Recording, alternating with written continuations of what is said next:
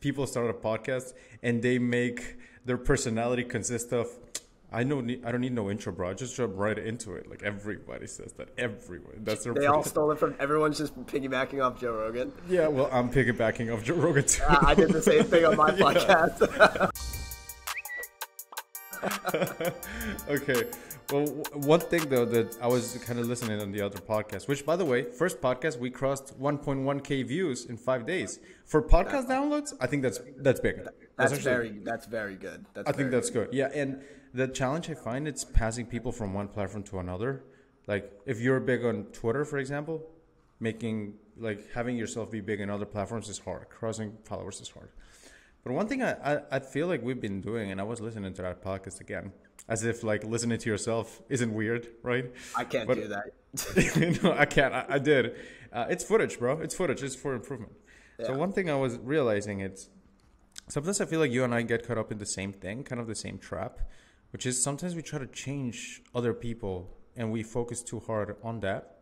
So of course we were bashing the ghostwriters, right? But we're like, we're not gonna change them. We're also bashing people who are just starting out on Twitter. We're not gonna change them, right? So it's like, I noticed that because I was traveling this week and I just deleted Twitter. Because if I have Twitter on my phone while I'm traveling, it's just a shit show. Like I just can't enjoy it.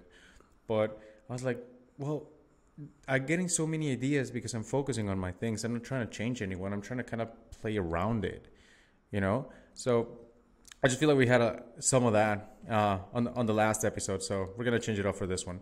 Well, what's interesting is maybe you're a little bit better with this than I am, but I remember like a week or two ago, I just saw like someone hit new numbers and I was just like, what do you think their margins are?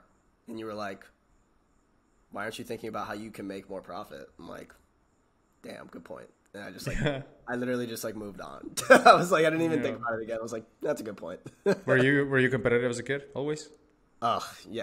And you ask any of my friends, like I grew up as a gamer, like a video gamer, but not like World of Warcraft. I'm talking like competitive Call of Duty and competitive FIFA. Oh, wow. I played in FIFA tournaments at my university. I played 3 sports. Like I'm a competitive person. I'm an addictive competitive person where like if I'm the guy who like will get a game and then watch all the tutorials on YouTube to get an edge on my friends, like to the point where my friends don't want to play with me anymore. Yeah, because it's not fun. And if they beat you, it's like, again, because I didn't feel right. I just controller slipped out of my hand. Like all the time. I'm like, yeah, something bad happened. I love Super Smash Brothers. I love Super Smash Brothers. And before I started in computer science in college, right? I had a friend, Randy.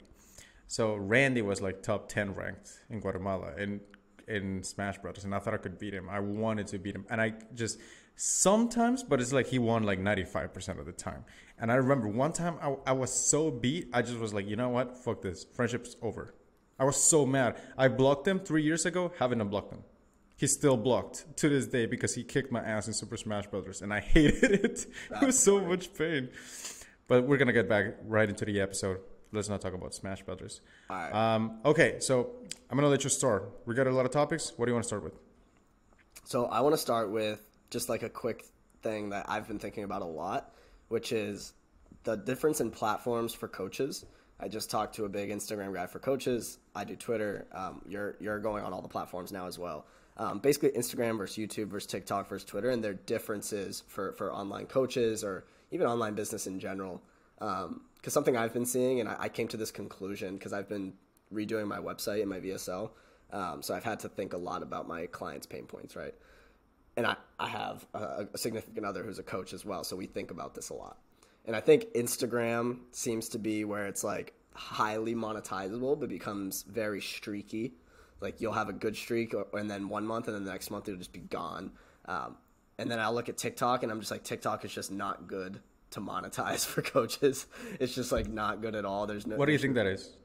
I think it's just I think TikTok's just made for entertainment. I really do. I think it's also the younger generation in general. Did you know that on TikTok you can speed up the TikToks now? Of course, it's like already 10 seconds. Bro, it's like you can speed up a 10-second TikTok. Yeah. That's fucked. Yeah, and that's I used horrible to make TikToks like in 2021, I went like 0 to 10K followers in TikTok really fast, making like crypto and day trading videos, and like I never made $1 off of it. It's just like the amount of money you can make with 10K followers on Twitter versus 10K followers on TikTok. It's like $1 or $5 per follower on Twitter, and like 0.01 on TikTok. Oh, that's a good point. So we can illustrate it. So how much did you make with 10K followers on TikTok and 10K followers on Twitter? Yeah. So 0 on TikTok and 30K a month on Twitter. Well, there you go. And how many followers? 10K? At 10K, both 10K. Yeah, well, but yeah, it's honestly, huge. the caveat is you could say like me in 2021 had no business acumen. I knew how to go viral, but like and now I have all the business side, so I know how to monetize. But on TikTok, it's just like everyone's TikTok is made to drive traffic elsewhere. It's just made for eyeballs. Like the most money ever made on TikTok is just from people who sell like sponsorships. You know, Isn't it like e-com, like really viral videos about like UGC, products? Yeah. Yeah. That's how I'd see it. Like I've had clients who have gone viral on TikTok and just like nothing converts. It's like it's pretty much all influencer marketing. It's not really like business coaching and funnels and stuff. Right. That being said, then I look at YouTube and I think this is a long-term play, but it scales the highest. YouTube scales forever. Right, you can literally scale to $1 billion on YouTube if you look at Mr. Beast. Like YouTube's incredible. He's incredible. He's one of my biggest ones. Yeah, like Mr. Beast and YouTube, like both, right? Only platform you can scale to $1 billion. I'll say that. What do you say? What do you think? That I don't think there's no one else on any platform that's ever scaled to $1 billion that I know of, because of their social media presence. Right, that's it. I'd say it'll be interesting if you factor in the networking effects on Twitter. It might be, but also you could make the same argument for Facebook. Oh, we're Facebook friends, so Facebook's attributed with it, so it doesn't count. There's probably some Twitter crypto NFT guru who scaled to $1 billion in shitcoin pump and dumps on Twitter, yeah. But if we're talking legit ethical business, I'm gonna go YouTube, and then I think Twitter's like the highest sophistication, highest like IQ user platform. I think you have the highest dollar per follower on, or maybe second behind YouTube, but Twitter, Daniel Fazio put it right. He said Twitter works fast, but it doesn't scale crazy hard, whereas YouTube works slow, but it scales infinitely, right? Yeah. But that's my thing with Twitter, is like you're investing in the platform. It's early, right? It's early. You know what that reminds me of? I was listening to Andrew Wilkinson say that there's like two kinds of startups. There's like the speedboat kind of startups, and then there's like the commercial cruise kind of startups, right? So the speedboat, it goes fast. It can get bumpy, but it can get you there, right? So like to me, that's Twitter. Twitter is very like, if you attach your emotional state to how well your tweets do, you're gonna have a roller coaster of a time. It's gonna be not fun, but like it's very up and down, right? Whereas YouTube, it's like consistent, right? It's like this huge thing that it's kind of hard to fuck up if you keep doing it, but eventually like you get there. And one of the other theories I had for this, it's sometimes I feel like, did I talk about like Twitch streamers versus TikTok on the last podcast? Did I talk about it? No, but I would love to hear what you have to say. Yeah. So about that, I feel like the brand you have or the quality of followers you have, it's kind of very correlated to how much time people spend with you. So why is TikTok followers not as valuable as, for example, Twitch streamers? Because Twitch streamers, you spend 3-4 hours with the person. Whereas on TikTok, it's 10 seconds. You don't even know who that person is. That's also the move with this podcast. Remember, like the move for Twitter, I feel like for Twitter, I feel like we should do Twitter to be well known. Whereas for podcasts and YouTube, we should do them to be known well. It's deeper, right? So I feel like that's the move for this, because you're going to be in people's ears for hours, right? They're going to feel like they know us, and that builds the brand equity that brings up the parasocial relationships between people. And I'd say like this, just to go back to it, is like I think of my friend Don Vo, right? He's a day trading YouTuber. He live streams every day for the last 2.5 years for 4 hours a day, and he's only has 50,000 YouTube subscribers. But 2,000 to 3,000 people show up every day to that stream to watch him for 4 hours. Huge. That's a huge percentage. Thousands of hours. If you go to his Twitter, he's got less followers than me. Every tweet gets 1,000 likes, 500 likes. Every tweet. Like if he tweets anything, like if he tweets like I like bananas, he's getting 300 likes, like cult following. But it's because he spends so much. It's like a family, right? He spends so much time with his audience, and it's just like all day, every day, 5 days a week for years, right? Like that's that. I think that's they're your friend. They're essentially your friend. Like if you meet them up, you kind of, it's like not the first time you meet up. You know what I mean? He did. He's doing a meetup this summer, and he sold. It's 75 tickets. He opened it up, 30 minutes gone. He done no another. way. How many followers? He's on Instagram. He's got like 77,000, but on YouTube 50K, and then Twitter 13K. How many people do you think on Twitter with 50K followers can sell out an event, like a physical event? I don't think many. Like only literally probably like the CA guys are like the only proven guys who can sell out an event. Yeah. Like that's it. Yeah, so it's like, again, likes and cash, right? Followers ain't I don't know, recognition, I guess. Followers ain't like relationships and followers in brand. We'll call it that. I tested your case study. I want to talk about that. I tested your case study format. Yeah. So you mentioned about how, because you recorded a case study that I thought in the beginning was kind of shit, honestly, but then I was like, yo, this actually worked. And I asked you on the first one, why, right? So do you want to talk about the case study and maybe I can loop in into what I tried? Yeah. So the case study, the format of the case study was essentially I led with the result. We made 100K a month on Twitter for a client. I basically led with the result, talked all about what we did at the beginning for results. I laid out a quick 3-step process for how we did it. And then the entire ending was more stats, return on ad spend, how much we made, how much collected, all of those sales numbers. And then I just said, book a call. How long was it, and what percentage of strategies did you include? Yeah, so percentage of strategies, probably like 1% was strategy. Now it's like less than half of it was strategy, and then more than half of it was results. In terms of the percentage of what we actually do for people, it was like 1%. We gave away like 1% of the secrets. Yeah, because they don't care. Pure curiosity peaking. Yeah, they don't care, right? So I thought I've been recording like hour-long case studies with the clients, but then I saw what you did, and I'm like, let me try the 99% results, 1% value email. So like, because one of the goals of this podcast is to be like really in depth and tell you what's working, let me read you the email that actually booked 3 times as many calls as the past case study. So it goes like this. It's actually like a few sentences long. So it's, you told me I could make 10K a month in 30 or 60 days. You were fucking right. That's a quote. This hits different because when Ivan and I met, he was struggling to find ways to support his family. He had 50K followers, couldn't monetize them properly, and he was concerned that his target market wasn't on Twitter. He doesn't even tweet in English, it's all Spanish.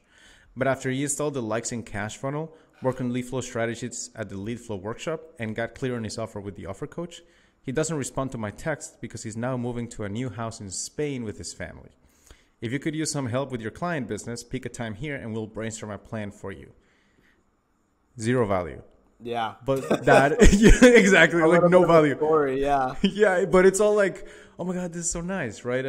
And he was stuck, and I kind of addressed a few, like, I wanted to address some objections here. Like, this is not random. By the way, I try to never include random problems on my copy. It's always got to be something that they have already said. So for a lot of people say, my target market isn't on Twitter. So I included, he was concerned that his target market wasn't on Twitter, right? So that is kind of I'd say the trick. But again, no value, and it worked way better than the other case studies. So I don't know if the advice here is to deliver less value, but get better on copy, I guess. Here's my theory around it too. It's like there's a couple things that go into this. One, on like a more macro, more relatable, like whenever I watch like a Mosey content, right? He talks all about people that he's talked to and companies that he's worked with that had a problem, and he talks about the solution. But he doesn't go in depth for an hour on his specific company. He doesn't even give away their identity, right? Like, so, and you still resonate with it, and he still builds plenty of authority. Then I think of another thing. I think of how people do case study interviews on their YouTube channel, right? In the first with the thumbnail, the title, and in the first 2 minutes, you know exactly the transformation that person went through.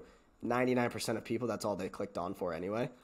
They just want to see that a tangible human being went through the transformation that you say that you can promise them. So my thought process is like, what is the, and I'm actually reading the Sam Walton thing right now, right? And is that the Walmart guy? Yeah, and he always he beats this down. He's like, if you lower the price, you can sell enough more to make more money than if you sold at the higher price, right? You sell so much more at the discounted price that you make more money than if you sold at the premium price. So I think of the same thing with case studies. Like, if you just provide less content, you're going to get more people to get through it and book a call than if you just provide the full, like if you convert 100% of the people on your 1 hour case study and it's only 10 people that watch it all the way through, where if I have a short 1 minute case study and I get 10,000 people to get through it and I only convert 10%, I still booked 1,000 and you booked 100. Right? So that's my thought process. Yeah. And I didn't want to believe it at first because I was like, they said lead with value, but maybe there's different kinds of value. It's not just information value. It's also make me believe value. So if you can make people believe, like the guy that's giving you the fitness tips didn't do as much as the guy that made you believe that you could get fit, because he's the reason why you started it. Even though it was just an inspirational quote, maybe belief value, information value, it's not that one is valuable and the other one isn't. They're just different. Which I wanted to talk to you about something. Yes, your threads. So you send me a few of your threads. Obviously, we're not gonna disclose anybody, but bro, niche versus viral content, because this was very interesting to me. What was interesting to me was how the content was kind of general. The CTA was low friction, and it was also very specific. So I don't want to give out the entire sauce or who it is, but like what is your thought process behind these kind of threads and call to actions? And if you could include examples and stories, that'd be awesome. Yeah. So like I had this thought process months ago when I started like scaling my agency a bit. I just always thought how, and like this goes back to how you always said like it's hard to trust people who are like hardcore on one side or the other. Like most things require nuance, right? And I was confused at how either there was people that were writing only niche content and they swear by it and they say platitudes are stupid. Because this was like if you've been around the Twitter game, is like you've been through the waves, right? Everybody was on platitude land, and then everybody was on shit on the platitudes suck land. And I was like, maybe the answer is just like in the middle, right? And then, so my thought processes was, if you're a niche all the way, you're not going to get enough organic reach to grow the brand enough in a short amount of time to keep the business alive, because you need revenue to keep the business alive to then to fund the actual content production in the first place, right? So my thought process was, if we can go viral enough to get eyeballs to then view our niche content, right? So we have the niche content and the viral content at the same time, then we can grow and get more eyeballs on our offer and still nurture them all at the same time, right? So that was my thought process. So for example, of a client who sells a coaching program, right? And instead of doing just case study threads and sawdust and social proof and breakdowns of his exact method that he coaches, I was like, why don't I go a bit more general? Because 99% of, for example, Andrew Tate's content is mindset, right? But then he sells a course on crypto and day trading and e-com and stuff, right? I'm like, that didn't sit well with me. I'm like, how can he sell a course on businesses but just talk about masculinity all the time? But it works, right? He's doing $5 million a month. So I'm like, surely you got to talk about mindset a little bit. So then I just dabbled with it, kind of like a bar that you can put like 75% mindset and 25% tactics, and then like eventually I just landed in the middle. Just like, what if I could just do like a bunch of mindset and a bunch of niche content, and then get all the eyeballs and then convert all the eyeballs that way. So having a coach that talks about mindset, personal development, all these things, but then also gives away the sauce and sells the implementation at the same time, I think that was the healthy balance that I landed on. And it was validated recently. One of my team members, which I want to talk about team and culture in a little bit. One of my team members sent me a thing of Gary Vee talking about it. And Gary Vee said, I think you should have some broad content as well, because it's important, because you want to grow. And that kind of just validated. We were like, well, yeah, like that's kind of what we landed on too. Yeah.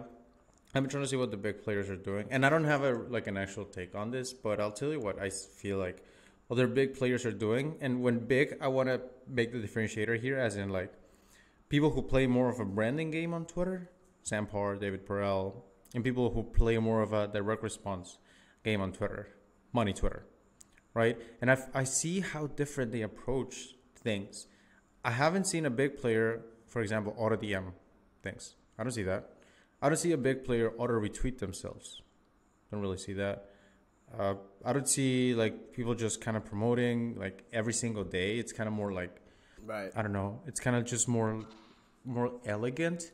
So I'm thinking maybe these guys understand something that we don't. You know what I mean? Like, but then the caveat is, what business are they directly building from Twitter, or is Twitter just a part of like a bigger branding play, right? It's like, if you're building a business that uses social media directly to monetize, it's much different than like a Sam who he just exited his company. He's building a podcast, right? And what is it? Hampton. Sorry, that was Hampton. I meant respectfully, Hamptons. Yes. That's what I'm saying though. It's like a brand play. Hampton is purely because of brand, and My First Millions is purely brand, and he already sold his newsletter. So it's okay for him to do that, right? But he's not directly just selling a course that directly thrives off of his engagement, right? So he doesn't care. So okay, it's like, yeah, that is a good point. There's a balancing act, but I think about this all the time, and I know it's not the same, but I think about like Mr. Beast, right? His videos, just his sole purpose for YouTube is to go as viral as possible. His businesses are merch, chocolate, burgers, right? How is that related to anything? Right? Good point. Yeah. So how is that related to his content? He's not making burger content. He's not making chocolate content. I mean, he did the Willy Wonka video, right? But like once. So it fucks with me a little bit, right? It fucks with me. Yeah. Well, I just had a call with a good agency, another marketing friend, right?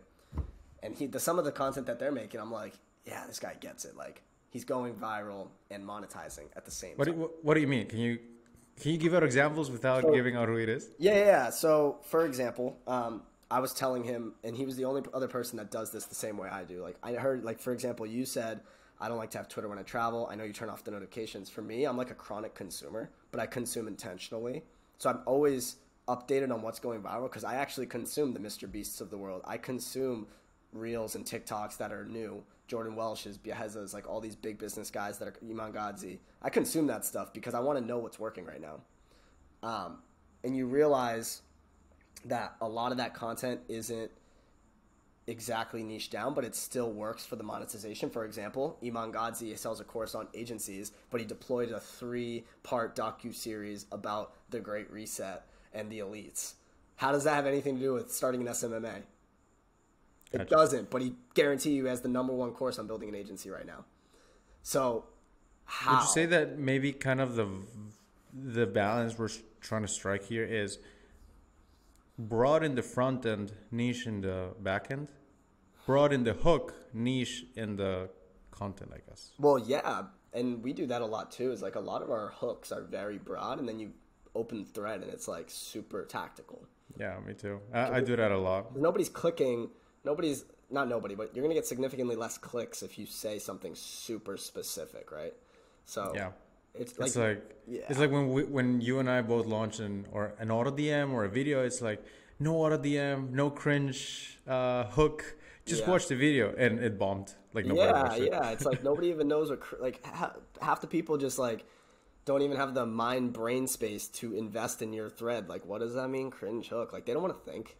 They just want to read something super open. I think about this with Mr. Beast is titles a lot, and he's like, his recent video was like one to 100-year-olds compete for 500K, but it has nothing to do with half the video is like putting people in boxes, doing challenges. They're doing that. They were in there for 7 days. None of that detail was in the title, right? The title was 1 to 100 compete for 500K, something like that, right?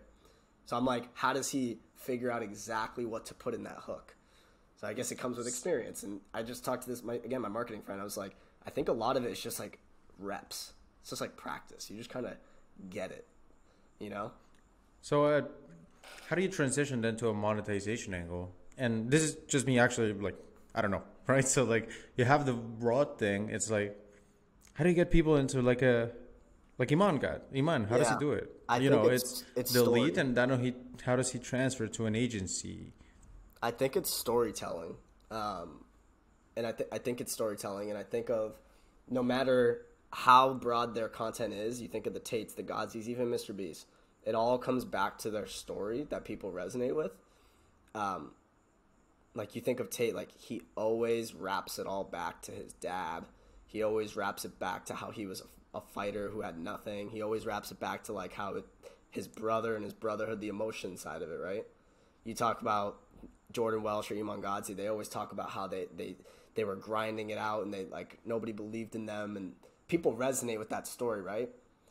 I even think of like Mr. Beast, how he's like, even after all of the most broad viral stuff, everybody knows his story of how he was like on Skype with his 10 buddies comparing thumbnails like all the time. Like people respect that, right?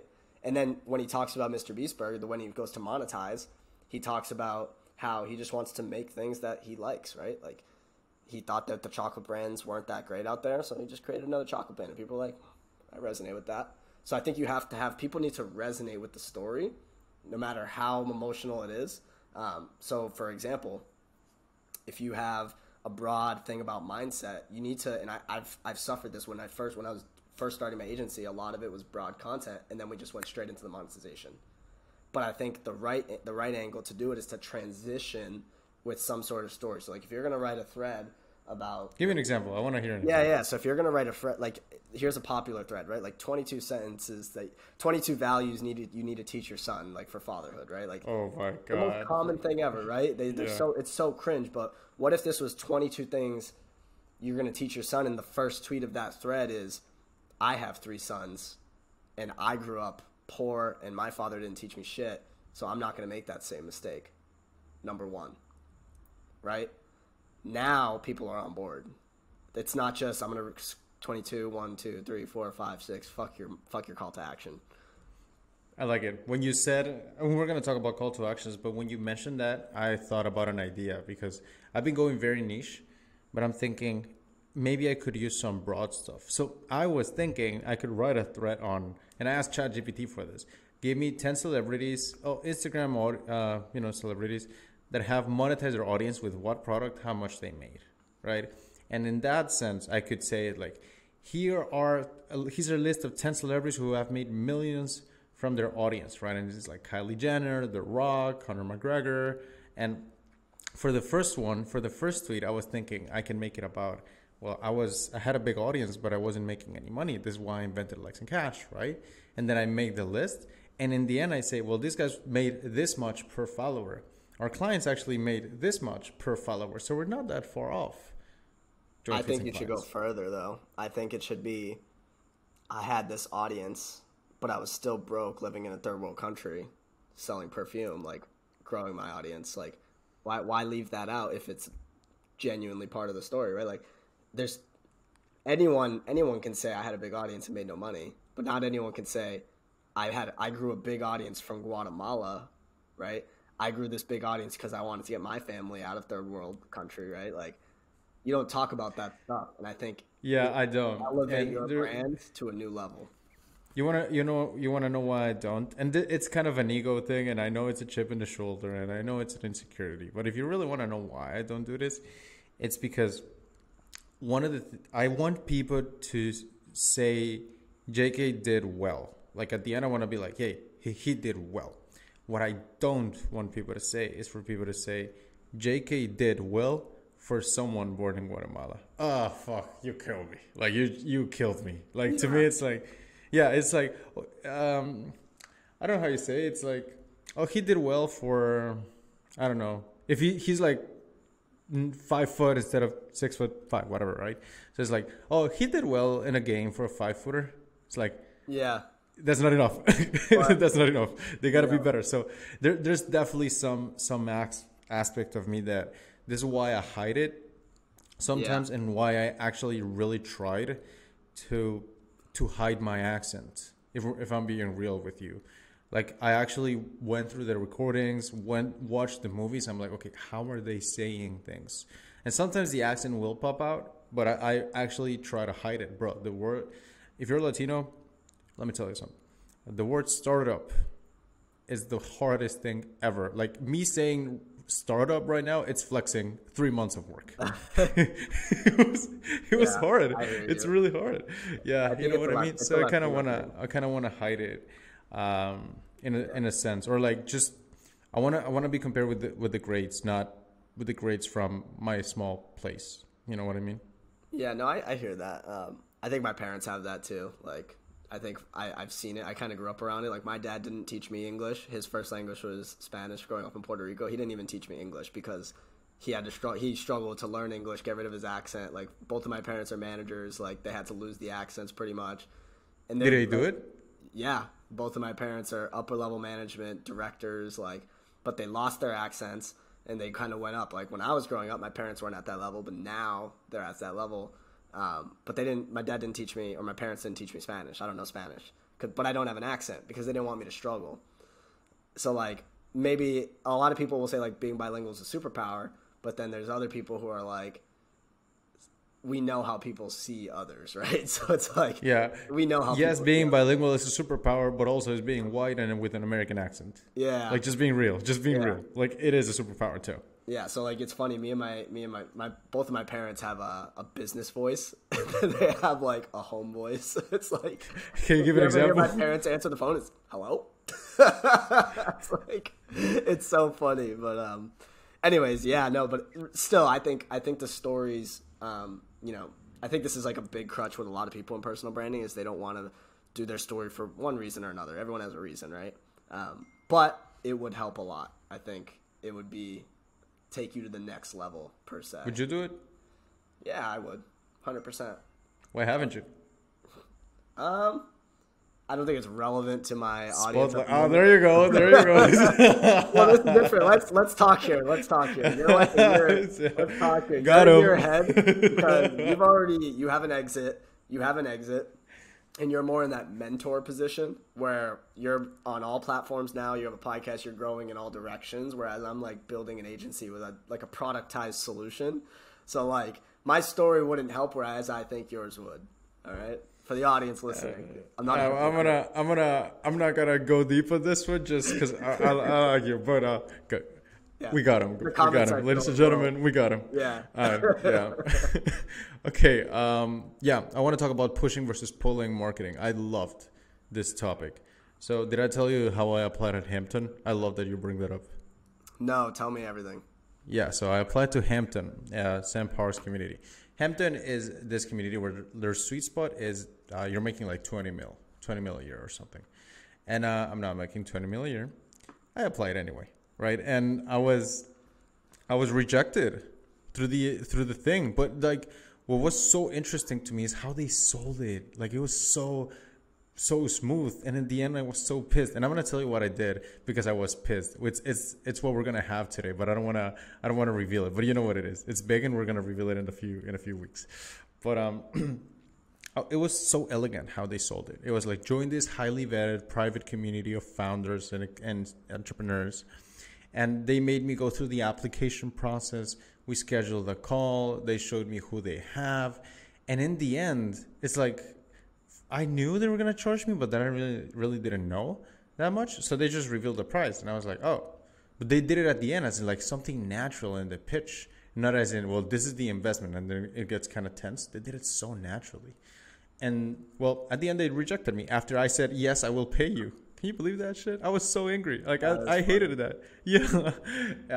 By the way, complete respect to Sam Power. I really like his stuff, My First Million. But this is just a story to illustrate what an example. So what I really liked about that, I think they implemented pull marketing instead of push marketing. So push marketing is like, buy my stuff, here client case studies. This is the obvious choice. You need to be here. It's more of a logical kind of sale, and I found that selling with logic doesn't really help that much.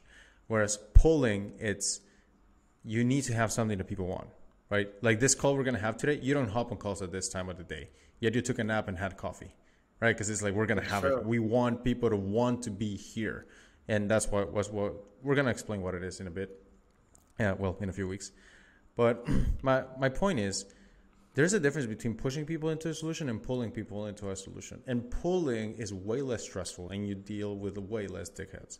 So if you have a solution that people actually want, there's ways to actually do it. So the way Hampton did it, for example, was join these highly vetted private community of founders. I'm like, oh, fuck yeah. These are all the members. Like, it's like a party, right? When you go to a party, first question you ask, first question you ask is, who's coming? Like, who's all coming, right? You want to know that. So I tried it, and instead of pushing with join tweets and clients, here's our results, I said, hey, here's someone's results that they got with tweets and clients. And it's so cool because some people spend more time on Slack than Twitter because we get to hang out with people like him, right? And then I thought that's going to make people go like, oh, it's like a cool community. And then I asked Anna, who's our assistant, can you pull up the average follower count of everybody in tweets and clients, right? It's like 31K, right? So I'm like, hey, this is the average follower count. It's really cool to see our dream coming into fruition, which is a highly vetted community of big accounts showing each other how to monetize it. So suddenly you go from pushing a solution to, hey, look at what we have, and you pull people towards it. So that was a huge lesson I got from the Hampton application, and I feel like you do that really well with your thing at the Birdhouse, because you show people, hey, these are the results. It's really cool. Twitter is just a wave, and you need to write it now, kind of. Right. Yeah. I'm even going to be switching now to like a heavy like application based funnel, just because. More so, I'm just sick of taking sales calls, but it's like we just get enough like referrals and inbound. It's just like I want it to be heavily boutique and very much the invite people to. It's like inviting people to buy instead of like selling. Which is interesting. Because you take equity in people's, not equity, but rev share in people's stuff, right? Yeah, we take, I would love to become an equity, like do it like an equity base one day, but yeah. And it's just like the level of people that we require now is so much higher that like most of my marketing isn't even going to hit them. It's like heavily referral, or if they'll find me if they need me. You know what I mean? I'm like, I market so that I'm there when they need me. Like I'm continuously active, not to hit them with the specific tweet, but because they're searching me out, word of mouth, or like they're looking up someone who does Twitter, they always find me. And then I'm just like, I'm there being active, right? I don't want them to come to my profile and me being active. So I'm like practicing what I preach and inviting them to buy one day, but I'm not like actively going to them. It's interesting. It's a weird dichotomy that's changed. Like it's very much like that acquisition.com style, but a little bit more aggressive. Why haven't you tried to go viral? I'm working on it. I've just like, I guess it's a time thing, which is probably just a shitty excuse because there's billionaires doing content. But it's just like, I get it all the time. Like you can do it. And I help other people go viral all the time. I think. That's what I was thinking. I was like, my YouTube right now is just like doing Google Docs.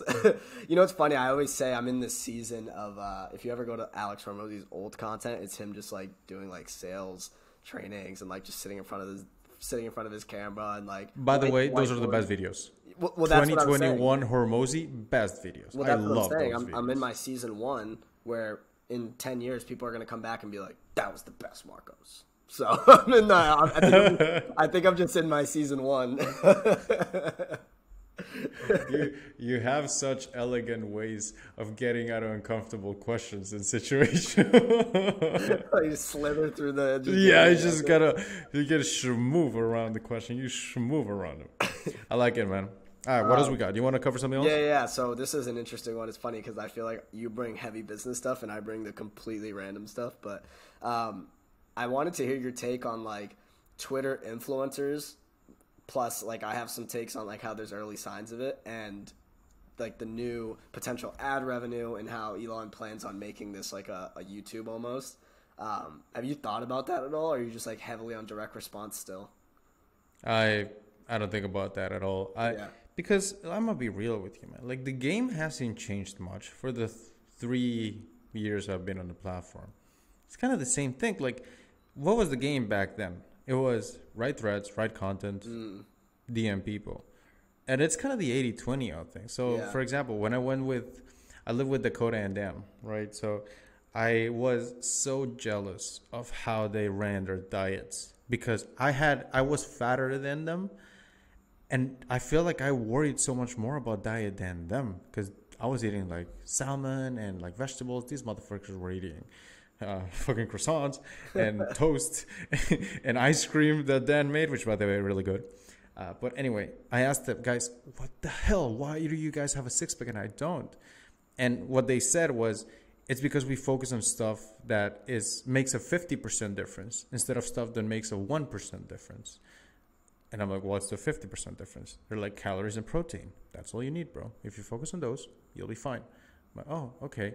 So to me, it's good content and good DM game. It's kind of the calories and protein of Twitter. It's just the basic. It's the thing that you don't want to mess up. And the other 1%, it's like the hooks, I don't know, like when fleets was a thing. I don't know. Were you there when fleets were a thing? It's like Instagram stories, but for Twitter. I've been on Instagram. Yeah. I've been on Twitter since 2011. Yeah. So it's like, I don't know. It's like to me, it's like the biohacking. Yeah. And the I'm sorry, but I shit on Aura Ring wearers. But the Aura Ring wearing of of diets is like. Yeah. I'm sure it makes a difference, but is it a difference big enough so that you need to focus on that instead of the other things? And to me, the answer is no. So here's why I brought it up, and it's because I'm pretty tapped into the whole influencer scene, and I started seeing. What does that mean? What'd you say? What does that mean? Like you watch them and consume the content? Like I know what's going on with the Logan Pauls and these fucking boxing and all. I know what's going on at all times. How do you know that? Because I just monitor it. It's important in my opinion for at least my company. And the reason I say there's rumblings is because I looked at KSI's most recent boxing match, and on the undercard was someone named Korn. Korn is a Twitter native influencer. He has 1 million followers on Twitter, and he started and came up only on Twitter. So early signs, early rumblings, if you ever saw how Logan Paul and Jake Paul started on Vine, and Mr. Beast obviously came from YouTube, and you look at all these, like the gamers who came from gaming, Twitch, Xbox Live, like I'm starting to see rumblings of guys coming up from Twitter. So I'm just like thinking, and I started, not to give away too much sauce, but I started consuming some of these Twitter influencers content. I'm starting to see, how does this differ from money Twitter? How can this be used in the money Twitter space to maybe transfer and steal some of that algorithm juice? Because I think I've also come to the conclusion that everyone complaining about the Twitter algorithm just sucks at writing tweets. Just like Mr. Beast says, if your YouTube isn't growing, it's because your videos suck. Like, how to grow on YouTube. Make good videos. That's it. That's actually it. Twitter. Like, the algorithm is that good. It's the same thing on Twitter. Like, anyone who's like, oh, the algorithm's not, anyone's like engagement die, like what happened? It's called adapt. Like, you have to adapt. It's the same thing. I want to talk about that, but what have you learned from these rumblings and these Twitter influencers? I've learned that a couple things. Like, there is lingo in the viral sensation. Like, there's a lot of inside jokes, platform specific inside jokes that I've never seen you don't see on any platform other than Twitter. I'd say Twitter is where memes are born, and I think memes have power on Twitter. I genuinely believe memes have power. I think you could literally meme your way to $1 million. I genuinely believe that. If you look at like Greg 01177, like this big, you know him? Yes. Memed his way to a business basically. I think Twitter has that, and I also think Twitter video is going to be next up, because I am seeing just video content it's going insane. Like, with the scroll feature for video mixed with what's going viral, like video content is going to be blowing up. I think that's where we're going to start seeing a lot of video placed ads, pre-roll ads. I think that's because Twitter needs to make money, right? That's the whole point of social media. And I think ads are going to be coming in full force. And I think video is next up is kind of my conclusion, as well as memes are powerful. Those are like my two big conclusions from it to wrap that up. No, I agree. Bro, you know what I'm angry with Little Moscat? he hasn't. I mean, I've been banned for Twitter ads for 2.5 years. I hate it. It's horrible. Like, I wish I could go back, but It's all right. I can't. We suck anyway for businesses. Yeah, I hate it. But how do you actually? Oh, this is gonna be a good topic. This is a requested topic. How do you run ads, and how do you run ads without being banned? Here's the answer: is you don't. I thought you ran ads for your clients. There's the cost the cost that you get per click and per book call is just so bad. Oh, you stopped? Yeah, no, it's just so bad. Oh, okay. Well, Yeah. there you go. That's the answer. The answer is, and I talked to pretty much all of the big ads guys in the space in the past 30 days.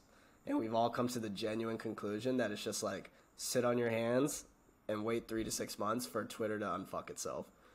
And then be ready. And then just jump on it when it's ready, because they will be powerful. And it's going to be like early Facebook ads. Like Facebook 2013 ads. Like, it's going to be like that, but end of this year. Well, that's how that topic dies. Yeah. Next topic. Yeah, so about YouTube and Twitter, I want to talk about that because he said that the key to YouTube is making good videos. Completely agree, because the algorithm kind of works that way, right? And this is how I know you're a content consumer, because right now I can see you're switching between windows because you have the white window and the dark window. I'm like, this, what you doing? You're scrolling Twitter, bro? I keep getting notifications. You're too famous My now. attention span. Holy shit. Okay. Well, all right. So, yeah, about YouTube, make good videos, you go viral. It works, right? You do well. But on Twitter, I feel like the key to YouTube is being good, but I feel personally that the key to Twitter is being someone. So this is why you see that when a successful person, for example, starts on, I don't know, Instagram, it takes a while. Whereas if a successful person starts on Twitter, it's like this. A few months, you're already at really big following, 50K, 100K followers. And I've seen that. It's because I feel like on Twitter, it's like who you are. Like, people wanna network with other whales, right? And they don't look so much at like follower count or who you know. It's who you are. Like, you are judged based on competence. And that meritocracy is one of the things that makes Twitter brutal, but fair. So I just wanted to kind of make that observation. It's about who you are. And I feel like even though you and I kind of both started as a beginner on Twitter, would you say that Twitter is a good platform to start as a beginner? Or would you say if you're a beginner, maybe start in some other one? I think if you're talking about purely like growing a brand, I would start somewhere else. If it's like you are a nobody, you have no money, you don't have a business, and you just literally, your sole purpose is to get a following, I think you start somewhere else, like TikTok or YouTube, somewhere where the algorithm is more forgiving. If you want to start a business like an agency or something, I think Twitter is probably the best right now. It's the least saturated in terms of getting clients. So I guess it just depends on what your goals are. Like, if you have already, because like to what you said, who you are has a lot to do with what you've accomplished. So if you have accomplishments, if you've built and sold a company, if you have a bunch of real estate, you've done a lot in your life, you just haven't built. Twitter's easy. Twitter's easy. If you've done that, easy money. So, like, you just say, hey, here's what I did. Everybody retweets you. Yeah. Because everybody wants a piece of you before you blow up. Yeah. So I think that who you are is 100% matters, but it's not who you are in the internet. It's who you are in general. Like, what have you done? What expertise do you have? If you're an expert with accomplishments, go to Twitter, because it's the platform where you can convey the most competence. That's so easy. Yeah. Because the network effects are so strong. Right. Like, everybody talks about each other. You know how, you know what's funny?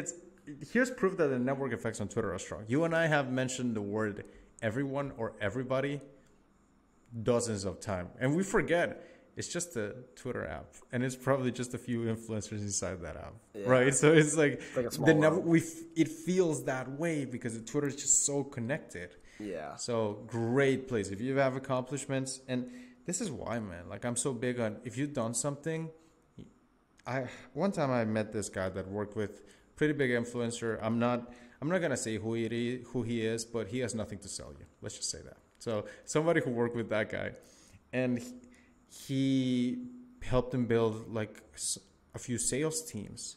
And I got on a call with him. And I was like, bro, you need to talk about these things. These are so great. And what he did was, what he said actually struck me. He said, I just kind of have this imposter syndrome that I don't have anything good to say. I'm like, bro, what do you mean? Like, you have more to say than everyone, right? But I found that is pretty common with like top performers. They're still insecure. I'm super insecure, right? So, but like, they're still don't want to share because they legit in their mind think and believe that they don't have anything interesting to share, which is totally not the case. Yeah. And I feel like if you kind of actually thought about it, people kind of do need you. People kind of do need you to post your stuff. Like you said, we need more high quality stuff. Yeah, I just like, I've had old clients who are like 8-figure dudes, VC dudes, like all this stuff, and they just don't want to share. They think that they're flexing. They think they're coming off as arrogant. But I'm like, you don't understand that you have to flip the frame that you look at social media. Like, you're looking through it through the wrong lens. You think it's boastful, maybe because you have friends that have Lambos and stuff, so you think you're boasting. But you sharing your accomplishments will prove your competence and then, in effect, give you the authority and the ability to actually impact people below you positively. You're doing a disservice by not creating that content and helping them out and showing them the way that you found yourself. But a lot of people just think they have all these accomplishments and they don't want to boast it. They don't want to share all this stuff. I think you have, in my opinion, I think you have a moral obligation to. I think you need to, because people, like, it's not just you giving value out, but it's like people need to feel like they have somebody to follow that's legit. Like, they need to feel like you know your stuff in order to take your stuff seriously. That's why it's common advice on like presentations to start with your accomplishments. Like, what have you done? Because then everything you say after people will pay more attention to it. I learned this from Brunson. He said that when you do a live presentation, you don't just want to focus on your presentation. That's not all of the job. You also want to focus on how you're introduced. You want to talk to the guy, hey, you introduced me like this. Because you want to have people actually hype you up so that when you come and speak on stage, people will actually listen to what you have to say. You know what I mean? So it's like you don't need to... Yeah, we understand, right? Of course you're shy. Of course you don't want to boast. Like, I'm kind of ashamed of sharing my numbers because there's people that make that before breakfast. Yeah. You know what I mean? But it's like, it's a necessary step to take the people behind you to like, follow you and actually take you seriously. Yeah, I bet my most recent YouTube video would have had higher viewer duration if I had led with social proof and not just straight value. Like, I think if I just spent the first 30 seconds telling them what I've accomplished, I bet I would have retained them for an extra like 10 or 20% of that video. I was just thinking about that. The same on YouTube is like, if you just start with the social proof and like what you've accomplished, people will listen for the video. Like, they want to listen, right? Like, even now, like I see this all the time on people's videos, like, I've done this, and then they give you the stuff, right? Yes, that's a good point. I think it applies to content as well.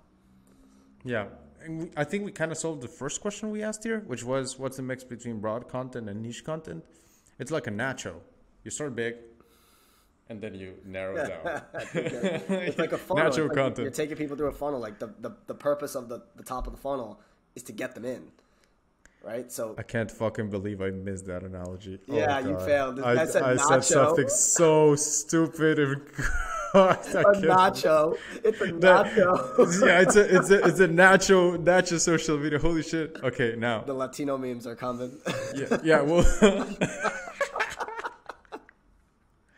Oh, bro. Speaking of that, you know how I'm half Asian, half Latino, right? Yeah. I posted a tweet about advantages of moving to Europe. I walk more, I have more fun, I'm healthier, and I get a head start on work. Disadvantages of moving to Europe. Twitter's fucking boring before America wakes up. Like, nothing happens on Twitter before America wakes up. You're missing out on nothing, let me just tell you. And a comment under that was, you're not European, bro. Go back to the Philippines.